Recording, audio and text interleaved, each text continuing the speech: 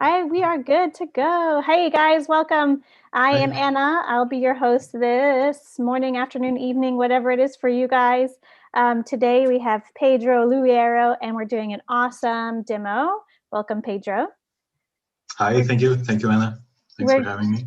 we're doing some people sketching today. So if you're into that, this is a great demo for you. Welcome. I hope you guys stick around. Just a reminder, it's a demo, not a step-by-step tutorial. That's for the mini workshop, and I'll be talking more about that, or Pedro will be filling us in about that. So make sure you stick around and find out more information for the step-by-step class that you can take with us. This demo is for our artists to showcase their process so we can see Pedro's style and see how he works. So if you guys have questions while we're in the demo today, please type question in all caps followed by your questions so I can see them clearly and I can pass them along to Pedro. We do these free online demos every day now, so thank you for coming. I hope you guys subscribe to our channel and turn on your notifications so you can stay up to date with when we're going live, which is pretty much every day. So if you love art, you have come to the right place. Tomorrow we have an awesome demo on Monday, June 28th at 12 p.m. Eastern Standard Time with Roxanne Bonag, and she is doing painting quirky food illustrations in gouache. So if you are interested in learning more about gouache, jump in on that one. It's going to be awesome. And that's it from me, Pedro. I'm going to let you, the star of the show, go ahead and take over. Thank you so much, Anna. Thanks for having me. Thanks for the introduction, and welcome everybody. My name is Pedro, and I'm an urban sketcher, and I'm also an architectural illustrator. For those who don't know me, this is my third live demo, actually with Etcher. So this kind of feels like a second home already now. Today we're going to go right into sketching people, as Anna mentions. And this, I cannot stress this enough, this is my favorite thing to sketch, basically. And as such, it's a little bit, it might be a little bit difficult for me to teach you guys because this feels very intuitive to me, but I'll do my best to, to tell you all about my process and all about what I'm thinking and what I'm, whatever I'm doing at each moment while I'm sketching people. So let's get started. And I do want to show you guys a few things before we get started with the action. And Anna, if you could, please can just focus. Yeah. Yep, gotcha. All right, we're focused. And okay, so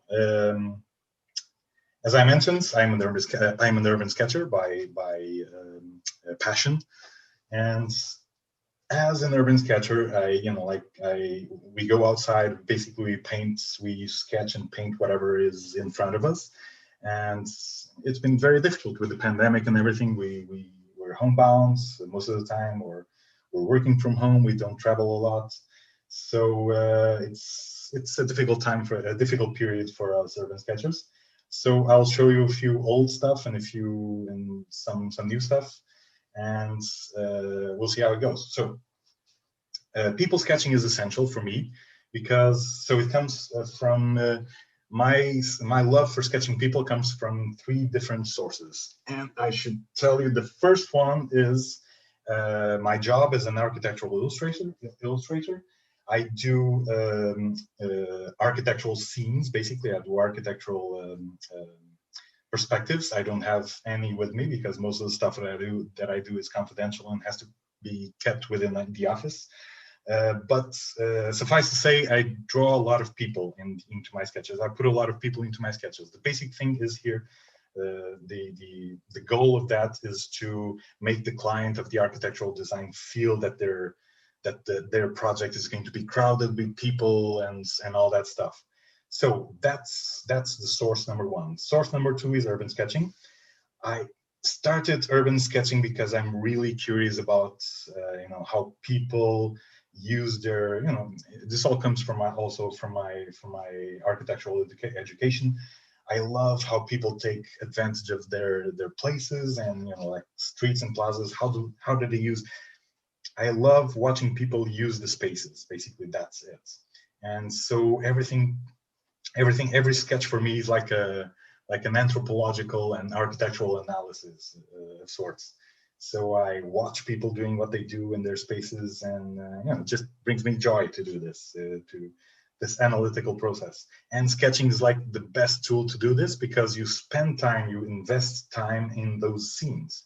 So if you would like take a photograph from this restaurant in Madrid, yeah, you will probably get a vague idea of what the atmosphere of the restaurant is. But if you do like me and spend half an hour sketching this scene, you'll get a notion of whatever is going on in each table, whatever the waiter is telling to the people, whatever is going on in the counter over here, even whatever is going down outside in the street. So there's a lot of information here, and it's information that you're processing while you are sketching. So this is where I get my kicks out of sketching people. And it can be something like really distant. I mean, you just capture an urban atmosphere around like this, and you just introduce some people just to get the notion of how the space is used by people, but these people are anonymous. Or you can really get into people, and then if you suspect that people are going to see your sketch, then you're better off getting them right. So I will share a few tips on how to do this, or how to capture also neutral people, like just extras in your scene. And so this is just like the counterpoint of it all. This is like an actual portrait that I do from a photograph. And this is just to show you the difference between what people in an urban sketch, in a quick urban sketch, look like, and what portraits from a photo might look like if I invest a lot of time into it. So this is just to put you on the right mindset, on the mindset of an urban sketcher, basically. So we're going to do more this than this. Although in the 3-hour workshop, in the 2-hour masterclass, I will probably approach like portraiture, some notions of portraiture. So having said this, I'll jump on to my third and probably the biggest influence in my people sketching, which is my love for comic books. So I've read comic books since I was a kid, and I never stopped. And if I had to single out one author and one reference, it would be this guy. This is Hugo Pratt, an Italian comic book artist. He died earlier this century, so in the early 2000s, I think. But he made a lot of comic books, and one of his main characters is Corto Maltese, this sailor from the beginning of the 20th century. He has a huge backstory. He has really great adventures. But what draws me into his comic books are exactly this. I mean, the urban settings that he creates, and the simplicity of his approach to human figures. And I've tried to copy this and emulate this throughout my teen years and throughout my young adult years. And so this is probably my main reference, or at least my oldest reference to sketch. So if you guys want to check out Hugo Pratt, just go ahead. And he has lovely sketches, lovely watercolors. And yeah, this is a really good reference. Okay, so oh, by the way, I wanted to share. This is actually a copy I did of Hugo Pratt's artwork, and just goes to show you that you can get a lot of stuff from all kinds of references, from comic books, from reality, from photos, from just go out there and seek out your best references and your favorite references, basically. And Pedro, we have a question already. Yeah. In such a busy scene, maybe you'll tell this more as you're going, but how do you decide where to begin? Yeah, so that's going to be an issue. Well, we're not going to do such a complicated scene like this. We're going to focus on one character and have this character, on focus, and then everything else will be a little bit more faded out. I guess a little bit more like this sketch, I would say. So we have like one main character, and everything else is like silhouettes and background, just background composition elements. So you can see, like, for instance, the difference between, or maybe even like this one. There's like a central figure here, and then everything else, everybody else is going to be like small references just to elaborate on the atmosphere. And usually urban sketchers are time constrained, so you want to sketch really quickly. So you will want to start your sketch from the main character, basically, and then spiral out until you get enough of the scene that you either have to leave because time constraints, or you're happy with the scene and you just stop there. All right, so let's go right into it. So I have a couple of exercises planned out for you guys. Oh, sorry, this is just like another example that I would want to show you. And like when you don't have time, or you're just like mellowing out on a Saturday night dinner with your friends. I mean, this is something that would come out, like main characters, and then there's something in the foreground or backgrounds to just accompany your scene. So basically, this is something that what I want to accomplish from this workshop, or from this live. Sorry. All right. So let's get. I have one more question as you're beginning. What watercolor sketchbook are you using, and what size is it? Great question. So this is A4, and it's the Etcher Perfect Sketchbook. You can see. Awesome. And yeah, I mean, this is a great sketchbook for sketching, because I mean, I really like the rough paper. This is cold press. I really like the roughness of the paper. It really comes in handy with some watercolor effects that I do like. For instance, like these dry brush strokes and all this mixing. It's only cotton paper gets this kind of mixing, this kind of quality. So, and also it's still good enough. It's not too rough. That nib pens actually work on them. So I'm going to use a nib pen, a fountain pen, and usually with rougher papers, the nib pen reacts a little bit and gets a little bit clogged, or gets a little bit stuck in the roughness, but not with the Etcher Perfect Sketchbook. This is just perfect for sketching and for watercolor. So it's a really well-rounded sketchbook that I've been enjoying throughout last year. Thanks for sharing. All right. So, but first, the first couple of exercises, I'm just going to use some leftover watercolor paper that I have here. And this is like cellulose paper. It's kind of cheap watercolor. It's not really expensive.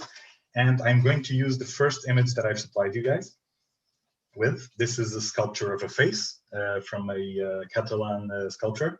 And I really like this image because it's kind of static in a way, but also really dynamic with the loose edges. There's no edges almost to this hair.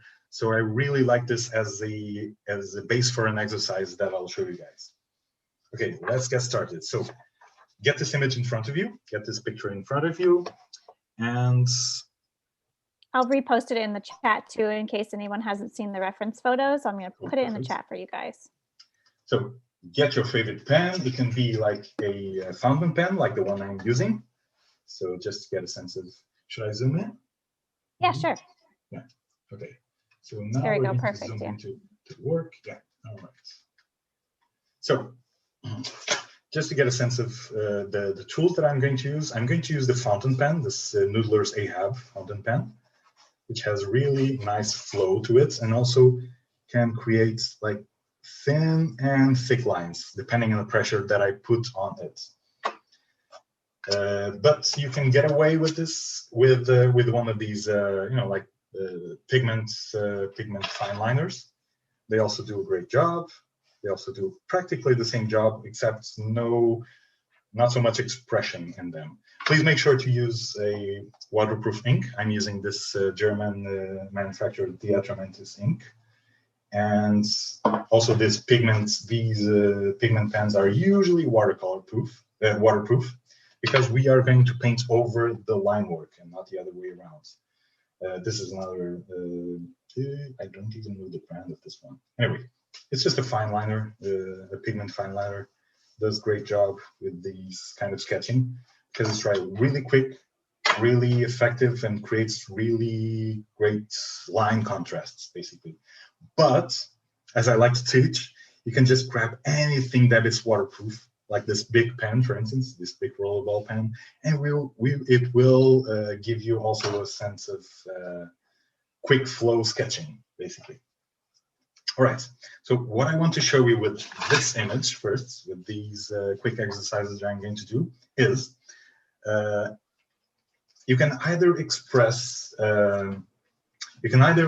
this image in a very still way.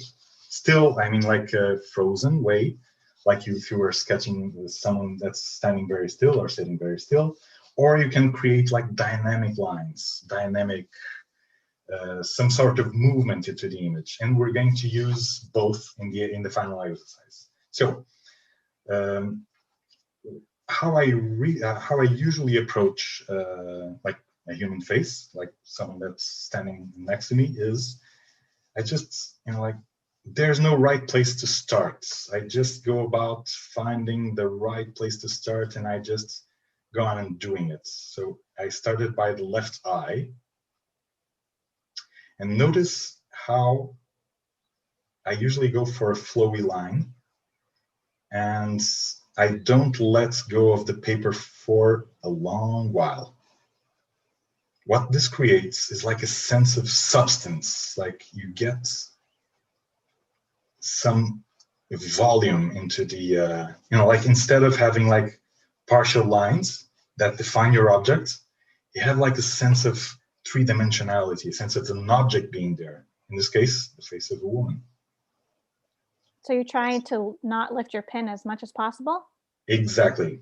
It's not a crime to lift your pen, but if you strive to let it sit on the paper for as long as possible without freaking out, somehow your sketch will have more three-dimensionality, more like volume, more substance in a way. At least to my experience. Oh yeah, I think you can definitely tell too. Mm-hmm.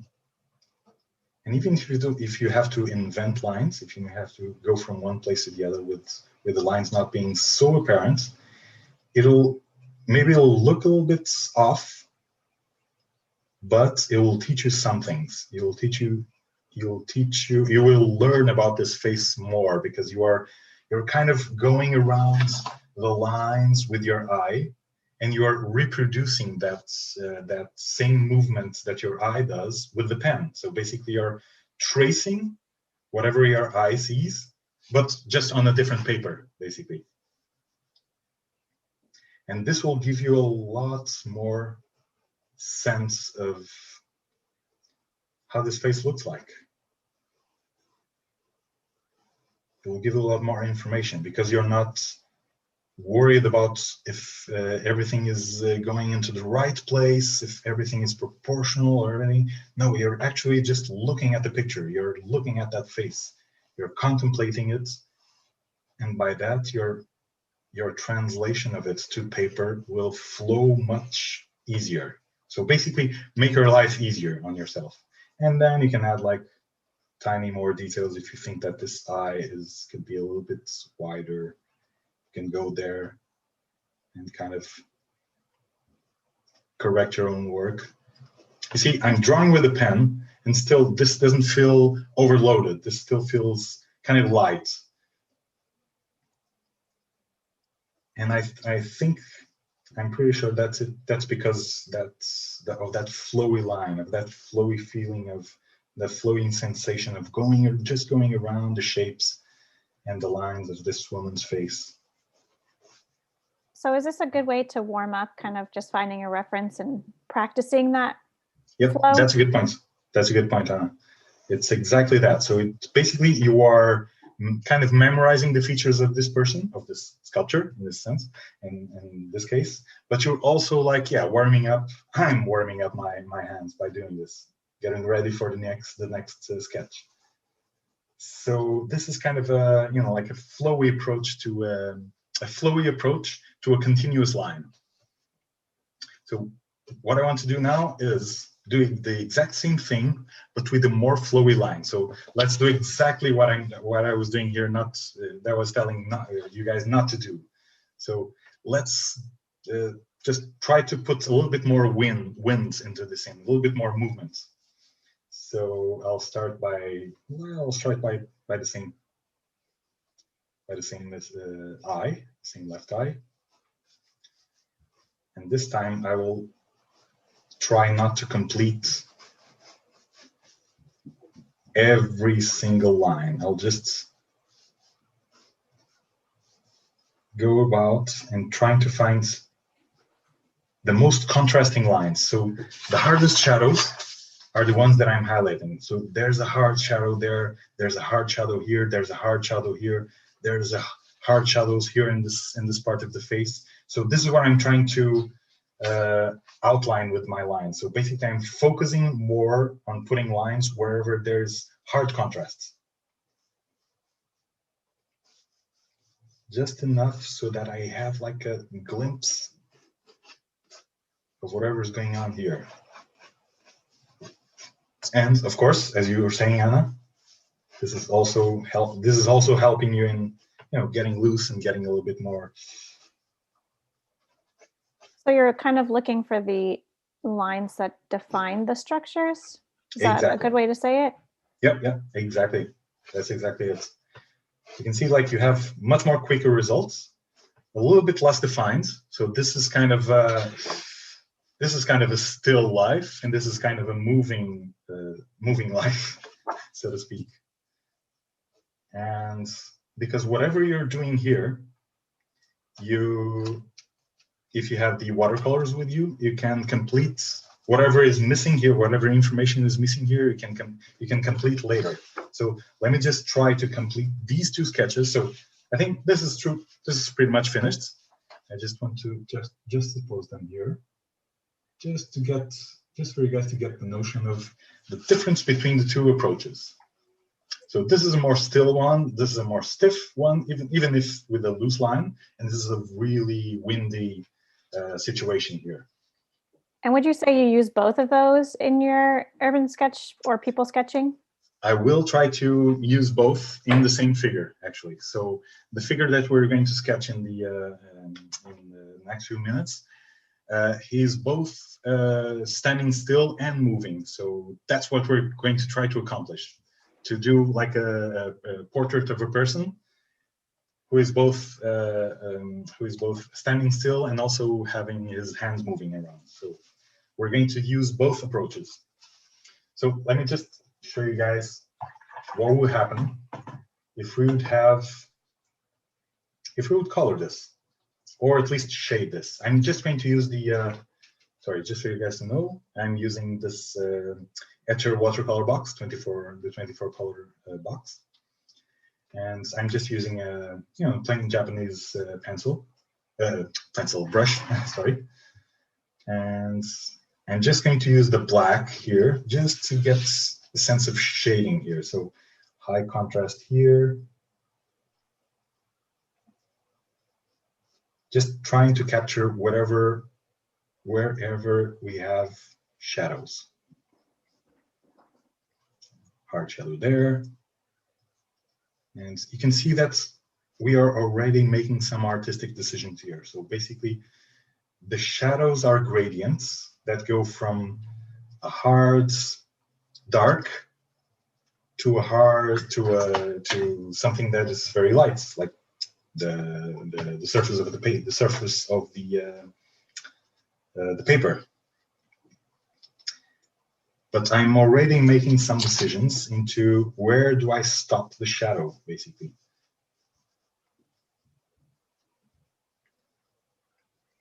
And how do you decide that?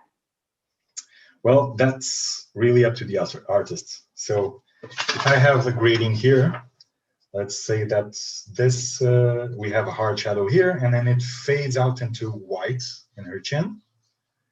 And somewhere over there, there's a line. There's a line separating them. And you can actually decide whether the line is like a couple of millimeters up, a couple of millimeters down. Just, this is actually your decision. Of course, it's much more defined than the lips here, but when there's some gradient, for instance, this shadow, should we include it in the black or should we include it in the white? It seems like a little bit lighter to me, so I won't probably include it in the wash. Whereas this one is much darker, so I'll probably draw a line somewhere around here. So this is basically the decisions that we're making here, where to start and where to finish our wash, our shadow. Awesome. And just so you know, Pedro, we're about 25 minutes past. All right, thank you. This is perfect. Okay, so because I'm using watercolor, I could work on gradients, but it takes a lot of time. It's very time consuming to work on gradients and to work them well. So one thing that I like to do is I like to have that comic booky approach of having whites and then having color, having wash. And so I have a lot of white surfaces around here, and I have a lot of dark surfaces, and I have few mid-range values here. But I'm more focusing on the darks and the shadows and the lights, if that makes sense.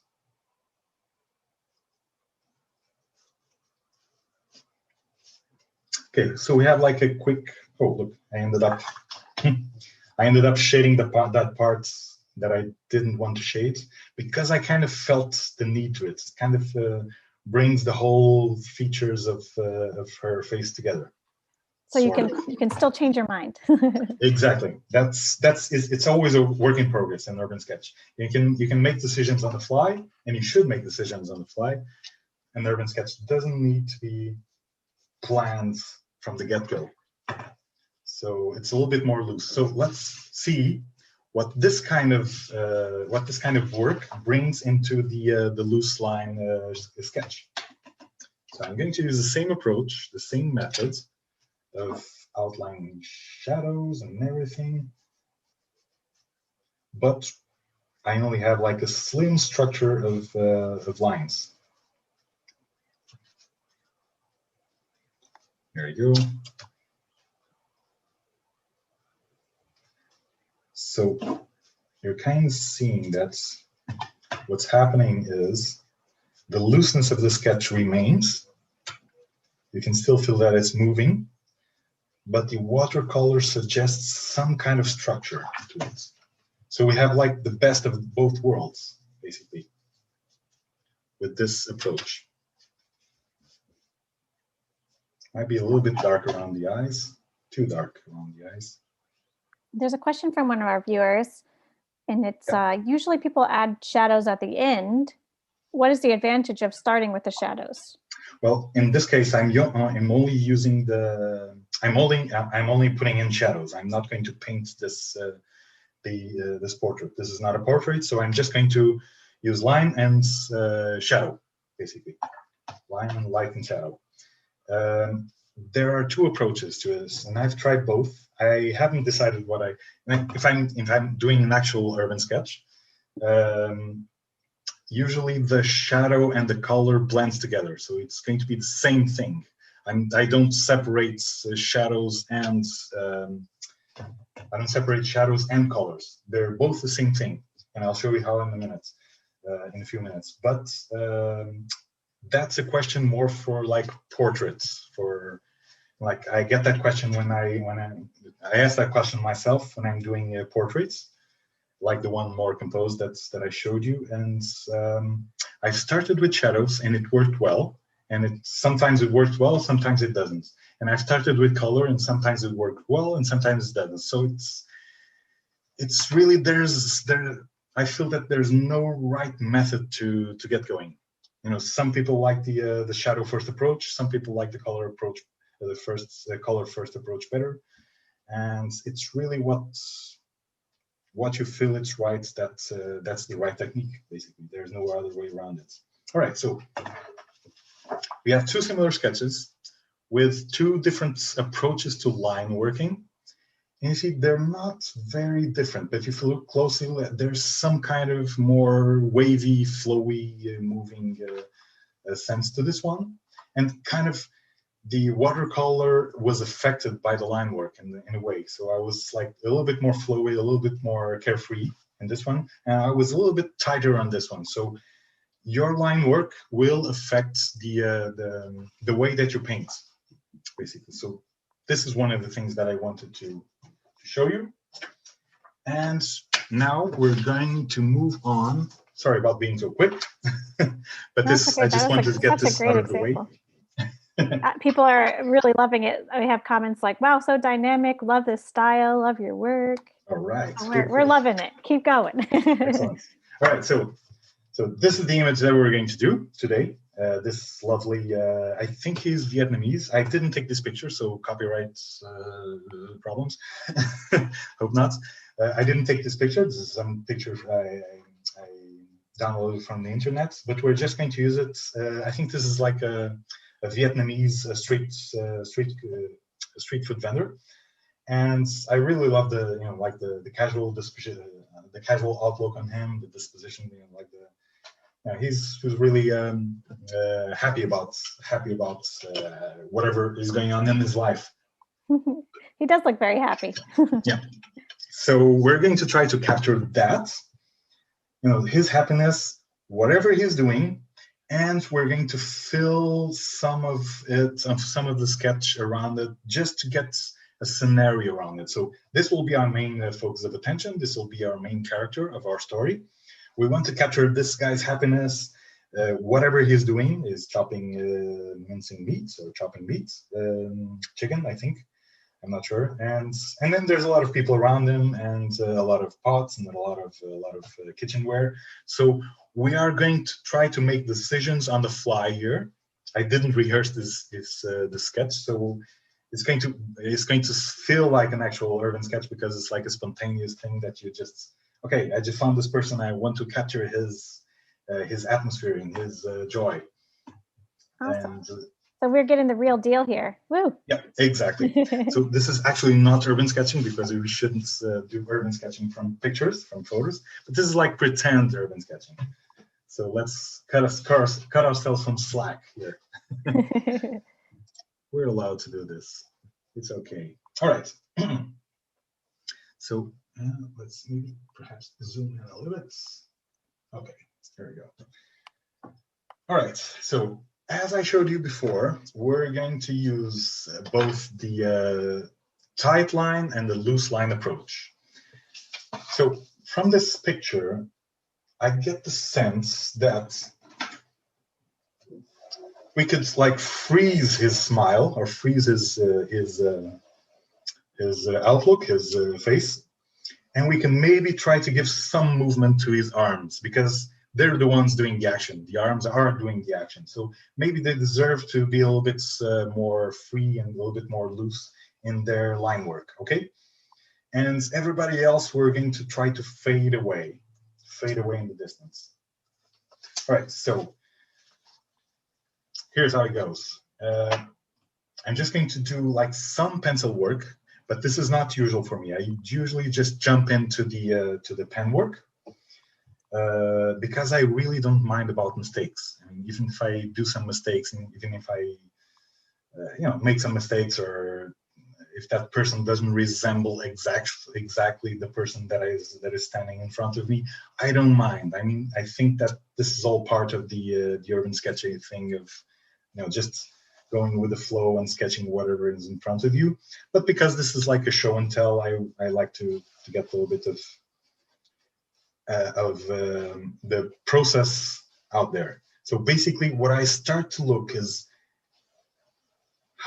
where his head is going to stand, where his head is going to stay. Actually, I think I'm going to. Sorry about this. I should do this, but there we go. I'm going to try to put him more on the right side. So his head is going to be around here, his body is going to be roughly around here, and his hands are going to be roughly around here. So I just want you guys to get a notion of what is going to happen, what I'm already seeing in this picture, and what I'm going to translate this to the paper. So there's a bunch of people there. There's a bunch of people here. I think this doesn't read well, but it's looking pretty good. We can see it pretty clear. Okay, so I'm looking at a scene and I'm seeing this first person, this main character, and I may run out of time. I mean, this is urban sketching. I'm on this location. I may run out of time. You know, my friends or my girlfriend can come and call me, and I have to leave. So I really want to capture this guy first. So here you go. Let's just jump in. So you pick the thing that's the most important, so you can get that done. Yeah, exactly. And then everything else, it's a bonus. So you can see, like, and I'm going to mention this in the mini workshop and then also in the 3-hour class.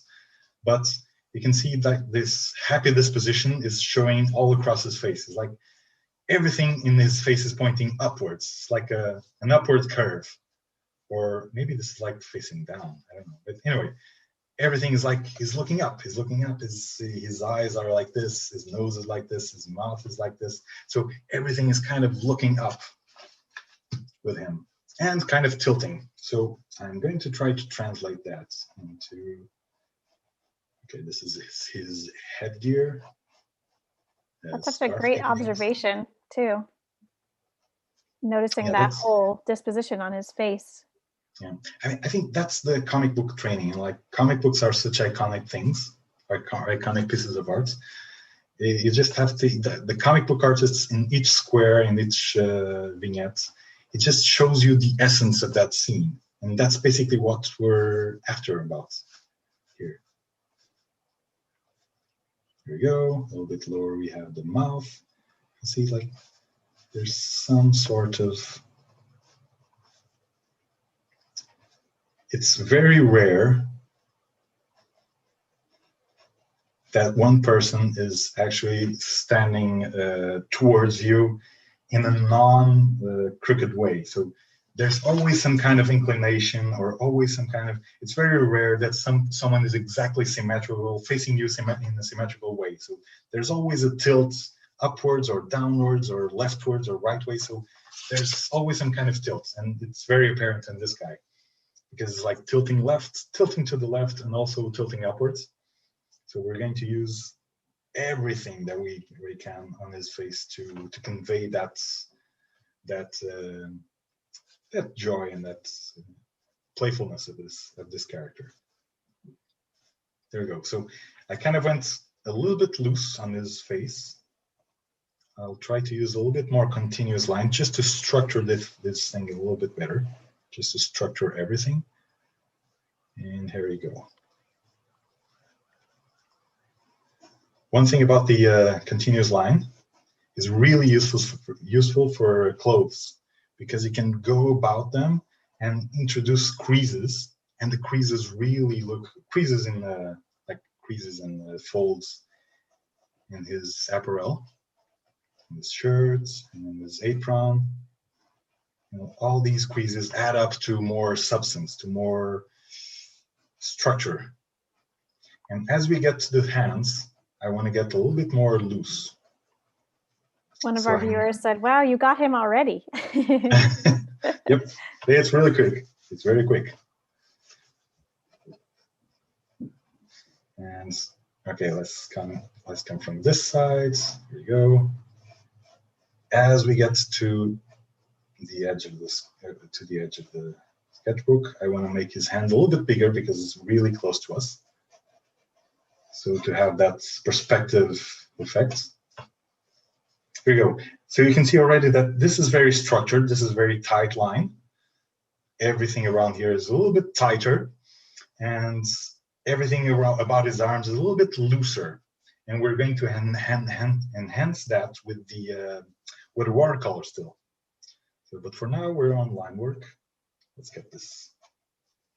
Which color is this? It's not a knife. It's a cleaver. Cleaver. So you can see like there's a bunch of lines here. There's a mess around here, but it doesn't really matter because we're focusing on his face because it's so tight.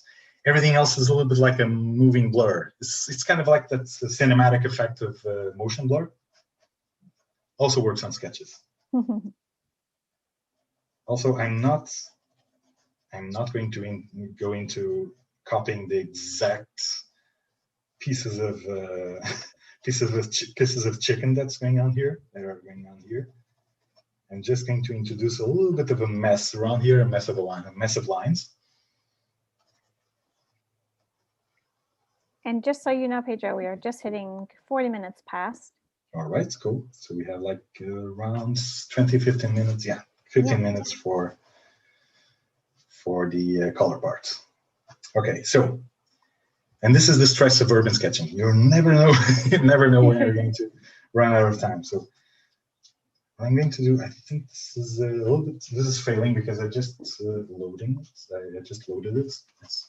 Sorry. All right, now it's flowing a little bit better. All right, so because this is a street food vendor, I want to get that, I want to make that impression of there's food around him, there's utensils around him, but you don't need to go really deep into the whatever he's using. You just know that it's pots and pans and there's a whole mess of it. So you can just go around and add stuff as you go. You don't need to commit to that, to each particular pot. You just need to show that there's a mess of pots. This is what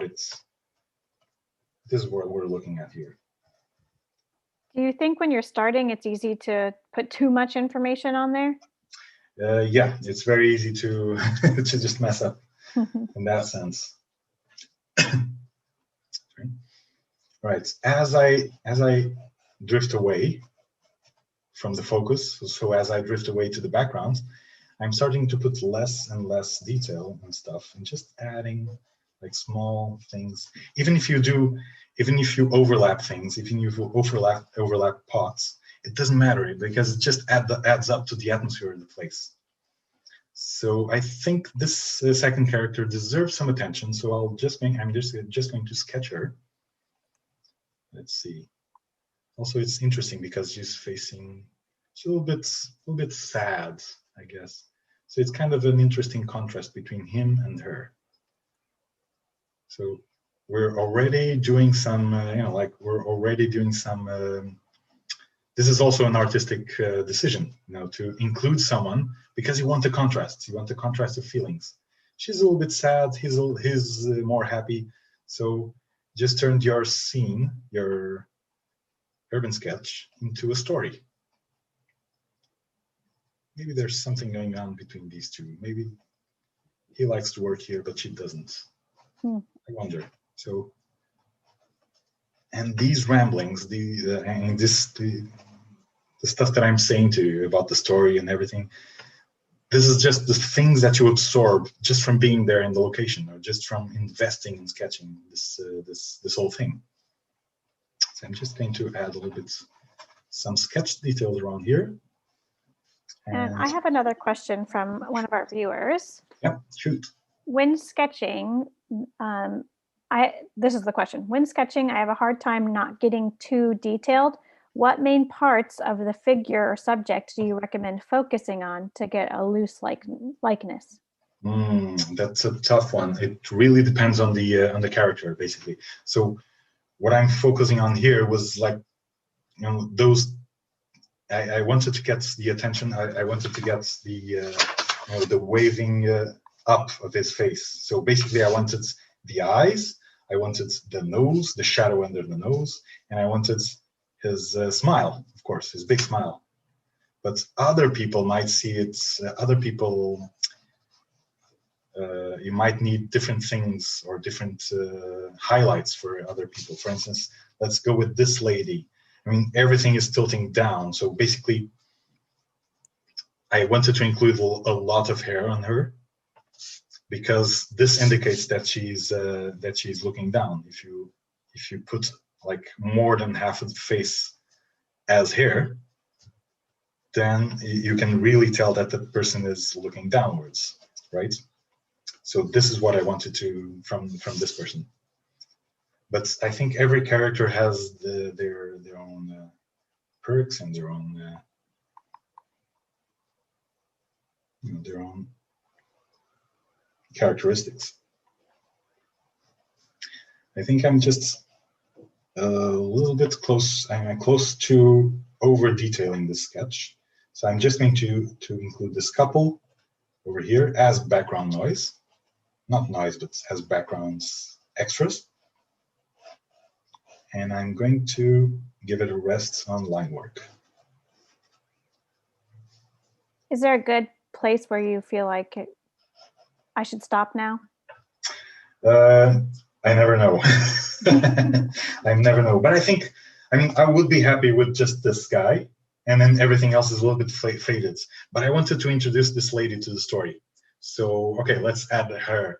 And now, as a counterpoint, let's add these guys. Actually, she stands out a little bit too much. So we might have to stall this with color. Okay, so right now I'm going to start color. Enough with the sketching. We have flowy lines on the arms. We have more structured lines on the character. We have faded away lines, i.e. Flowy and also thinner lines, because I applied a lot less pressure on these because they don't matter so much. I just want to have a lot of chaos here. I just want to show chaos. And I feel that line work really translates chaos well. If you do it like this. And right now, I usually go with a palette of a limited palette, and it's usually burnt sienna. All right, burnt sienna, which you can find in the etcher palette. Oh, sorry, it's out of frame. So usually burnt sienna. This is a classical watercolorist palette. Burnt sienna for the warm, and ultramarine blue for the cool. And in the middle, if you mix these two, you get this awesome gray, light gray. That it either can go to warm or to cool colors. So this is a really good combination for any urban sketch. I mean, if you only have two colors, you might make it. You want to make it these two. But I'm going to try to use a couple more colors, maybe pink and ultramarine, not ultramarine, but alizarin crimson. Or let's see how it goes. Because usually I tend to think that I can solve everything with the burnt sienna, and ultramarine blue.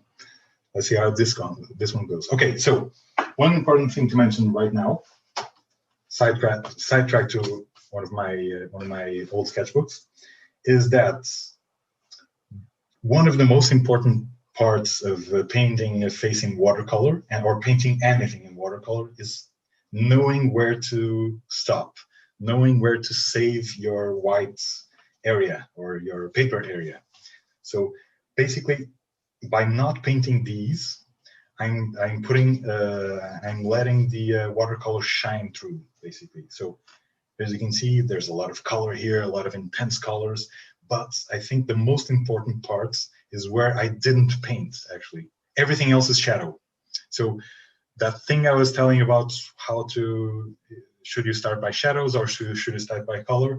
The color can be its own shadow, basically. So if I use color for shades and no color at all for lights, then I have an urban sketch. I have a clear and effective urban sketch with just very quick brush strokes. So it even works at night. So you look to save the paper, is that right? Yeah, exactly. So wherever you save the paper, that's the light part. Like for instance, like really quick sketches, like this, the cheeks are really important, usually forehead, usually, like light goes all over the place. So just make sure to save the whiteness of the paper as your effective light parts. So don't get into the temptation of painting everything. And I will demonstrate by having like a somewhat thick burnt sienna. There you go. Okay, where do I see light in this picture? So there's a light part in this side of his face, in the cheeks, somewhere there on the top of the nose, in the bottom of the nose as well, of course the teeth, and this surface of the arm as well. It's very white. So I will strive to keep these whites, paper whites, basically. Everything else will be painted, and this will translate as shadow. So from what I can see, that his whole left side, so there's an intruder here, this whole left side of his face feels more shaded.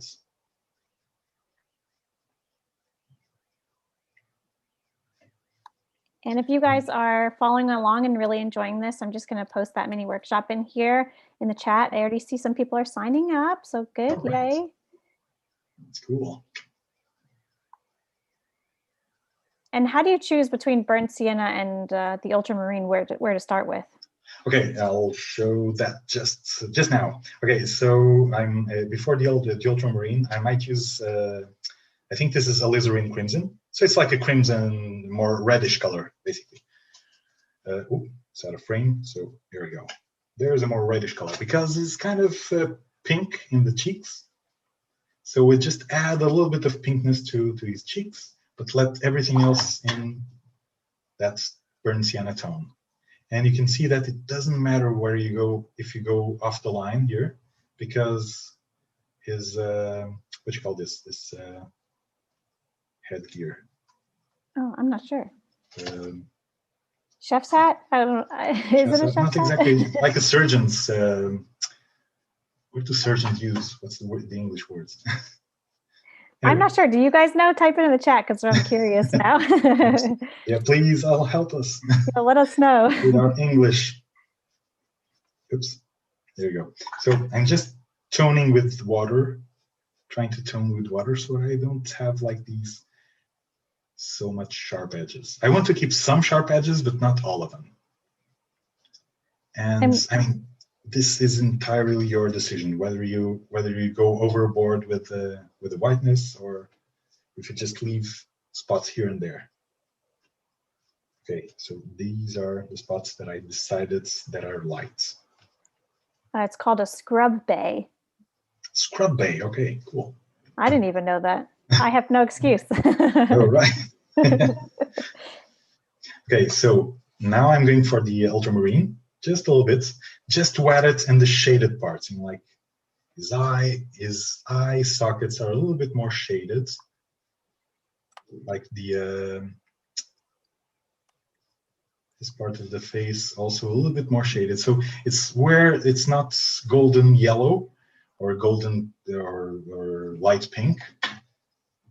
It's where you see like that afternoon shades, sort of. That's where you put the ultramarine. Here you go. And this is already too much detail for an urban sketch. I'm really dragging here.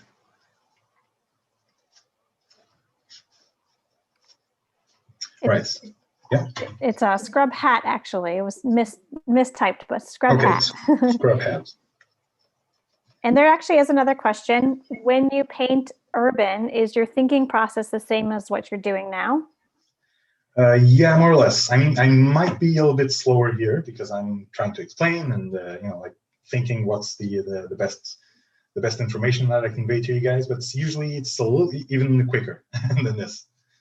So it's like a carefree approach to painting. Okay, so what I did just now, actually I should have explained this before, but what I did just now was I applied some burnt sienna with the alizarin, with the pink. I applied here, and then I just washed my brush with a clean brush, I just dragged it like this. And this creates like the effects, or this enhances the effects of movements, actually. Because you get like that unfocused effect of the way you do it in film. So this is already getting a little bit dynamic. The other arm also should be moving. You can notice that the other arm is a little bit darker than this one, than the one in front. So we'll use Ultramarine to darken it, to give it a little bit more shadowy look. There we go. And this blending from Ultramarine to burnt sienna to pink, this is where watercolor is the most effective.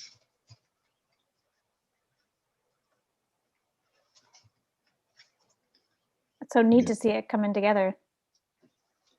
So now I'm going to use the, for everything else, so now we have the guy on focus. Should actually, I think he's missing lips. So I'm just going to like pink them up a little bit, just to give them a little bit more life. And it's coming to it. Okay, cool. So so everything else that is not in focus. So this is our main character. I still have to paint his clothes, but not for now because his clothes are very dark, and I want to get everything ready before I go into the dark parts. But right now, I just want to give a little bit of detail and like just loose strokes, just to get a sense of volume into these pots and pans. Again, the white part is very important because here you can clearly see that there's a white part and a painted part, and the white part is the shadow part and the painted part. No, the other way around. The white part is the lights, and the painted part is the shadow. So I'm going into it this gray, which is the mixture of burnt sienna and ultramarine. It's like 50-50, but you can tilt it to more colder, like I'm doing it now, or warmer. Let's do a warm one now, like a warm gray for the chicken here. So you kind of just add a little bit of the burnt sienna to warm it up? Exactly, not even cleaning up my brush. It's just like going, okay, I have that mix in the brush. I just add a little bit more, this is math. I just add a little bit more burnt sienna to balance the equation. And Pedro, I kind of lost track of time, but we're getting close to the end of the hour. If you wanted to go over a little, that's fine. Okay, I might need that. Yeah, because I still want to, sorry about this, I lost track of time in the early parts. Okay, let's go with painting his apron and his shirts. It's hard to stop when you're having fun anyway, so. Exactly. So right now I chose the contrasting color, so I mixed burnt sienna and I mixed the three colors basically: burnt sienna, ultramarine blue, and a little bit of alizarin crimson. And you can see that the darkness of his apron contrasts with, helps the contrast with everything else, with the face, with the arms. I hope this is dry, because if it's not, it's going to bleed into his face. Yeah, so I just wanted to contrast everything around his face and his arms, just to make them pop out a little bit more. That makes sense? Yeah, absolutely. So you're adding more of a darker shade to have himself pop out. Yeah, exactly. Also here, so everything that I can add to the backgrounds that will make him pop out, the better. Sorry about going overboard. Oh, you're fine. I could keep going. Yeah, I could keep going for a little while on this one, but it's an urban sketch, and maybe like sometimes you're urban sketching and you're traveling with friends, and they're just calling you because they're already bored and you have to leave. So that's urban sketching for you guys. Also happens. Okay, so what I'm going to try to do now is, for the background, just to animate the background a little bit more, I'm going to, everything that's on the inside is going to be, this is also a decision that I'm making on the fly, because I kind of feel it going that way. Every silhouette and object that I put inside is going to have like a warmer look, warmer color. So this is basically burnt sienna with a little bit of alizarin crimson. And then, so these silhouettes are painted in, and I just might add a couple more silhouettes. This is not unlike doing stick figures, but just a little bit improved stick figures. You know, like just add silhouettes, even if they're not there in the picture, because I think it's not so crowded. All right, so there we go. Just adding tidbits and bits of information here.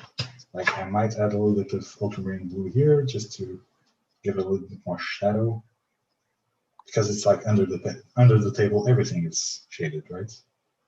You don't need to paint everything, just give the impression that it's heavily shaded down there. And also the figures in the background, I can add. So you see, it's still wet. The silhouettes are still wet. So I can still add to the mix. Ultramarine, there you go. You have like a dark atmosphere over there. And over here, we will have, okay, so if we have a dark atmosphere here, we should have a lighter atmosphere out here, right? That makes sense. So you're still finding that balance between the two? Exactly. So now I've changed my mind completely. I'm going to use strictly burnt sienna for this one for now. There we go. Left a little bit of the white there. Mix a little bit with the ultramarine just to gray it out a little bit. And just add kind of like a background color to it.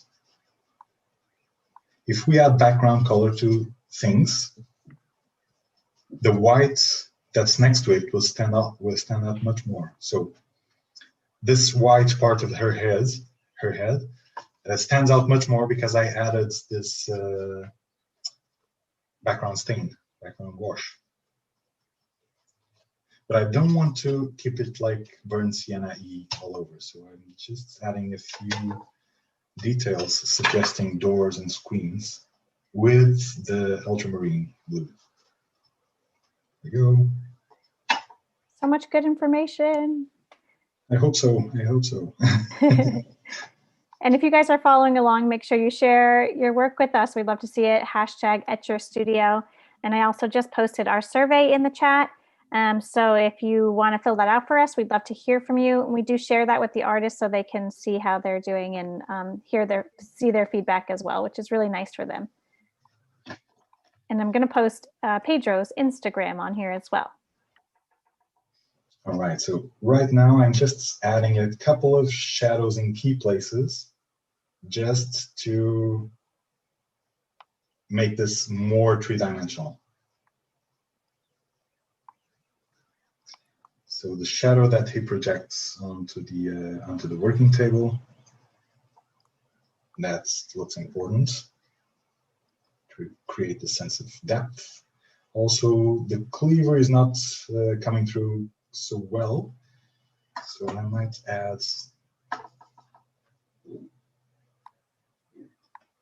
some burnt sienna on the chicken just to make it stand out. So you see, the mechanics is if something is not standing out, just paint around it. Don't paint the object per se, paint around it, and it will stand out a little bit more. It's like an opposite to common sense, but it does work.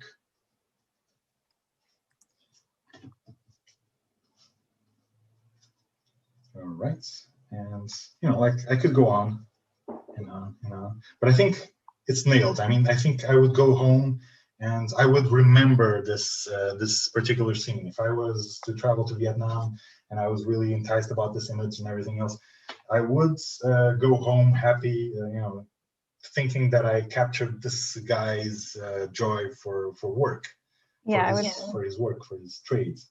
Bring you back to that moment.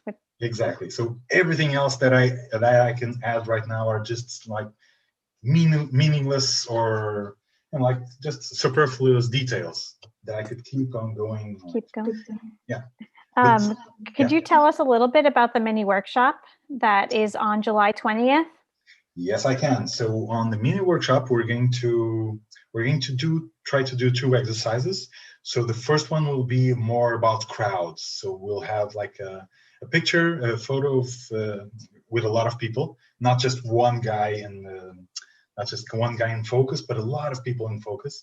And we're going to deal with how to place a crowd, how to ground a crowd in a sketch. And the second one will be more or less similar to this one, but will be a little bit more colorful, basically. So we'll try to take advantage of more colors and more punch, basically. So this is like kind of a neutral approach to urban sketching and to, you know, portraying a guy.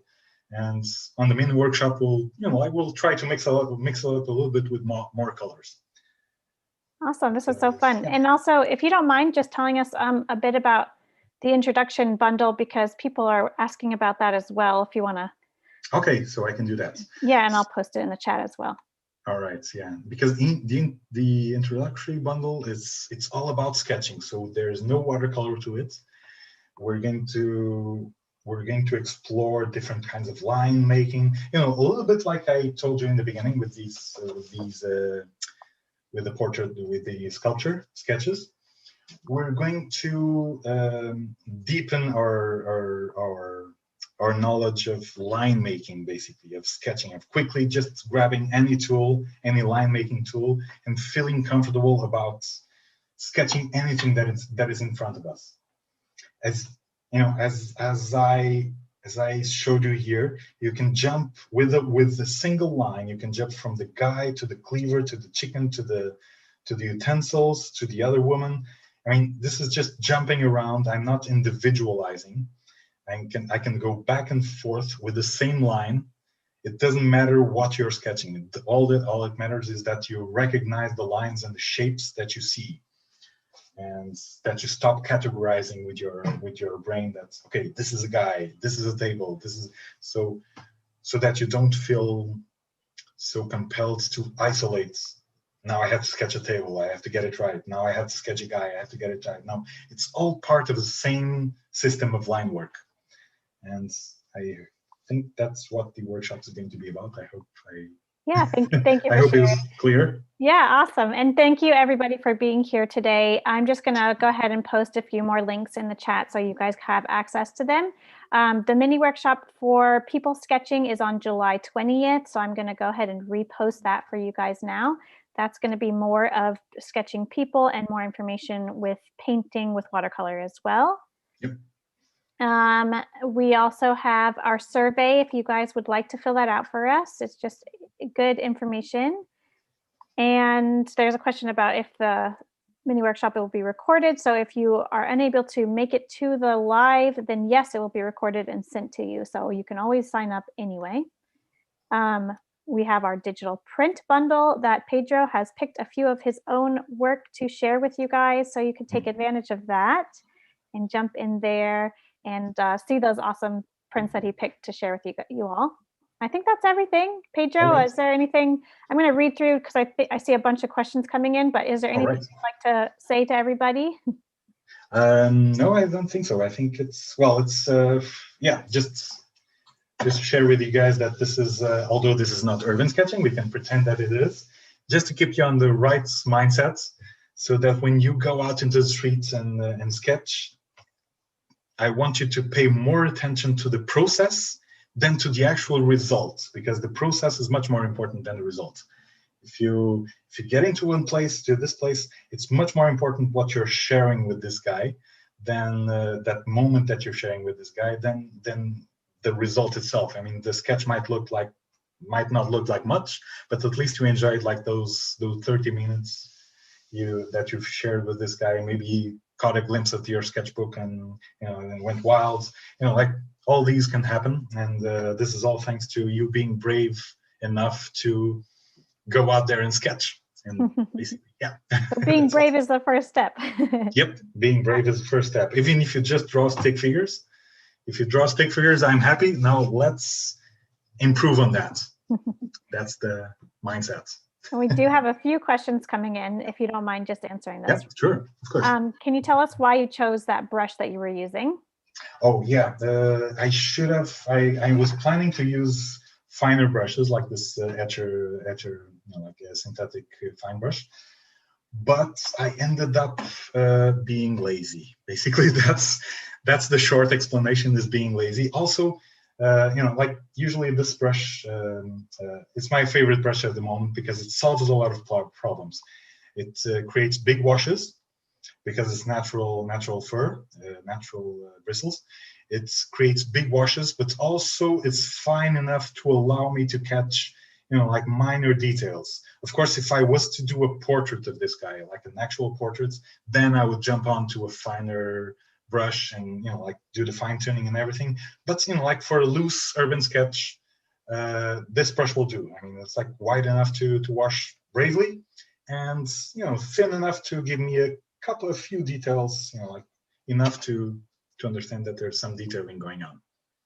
Awesome, thank you. And then there's just one more question from earlier that I don't want to miss. Of course. Where did that original photo of the clay sculpture come from? Sorry, again. The original photo with the clay sculpture. Where can you find something like that as a okay, reference I can photo? write it down because I actually have the live stream here, so I can write it down.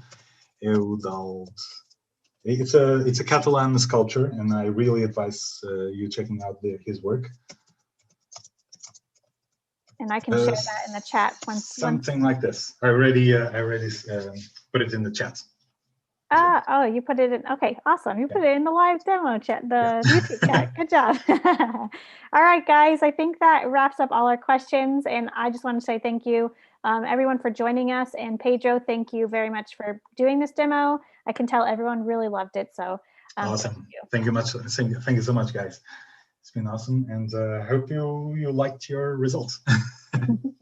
Have a great day, and we hope to see you again here soon with us. Thank you, guys. Bye. Cheers. Bye.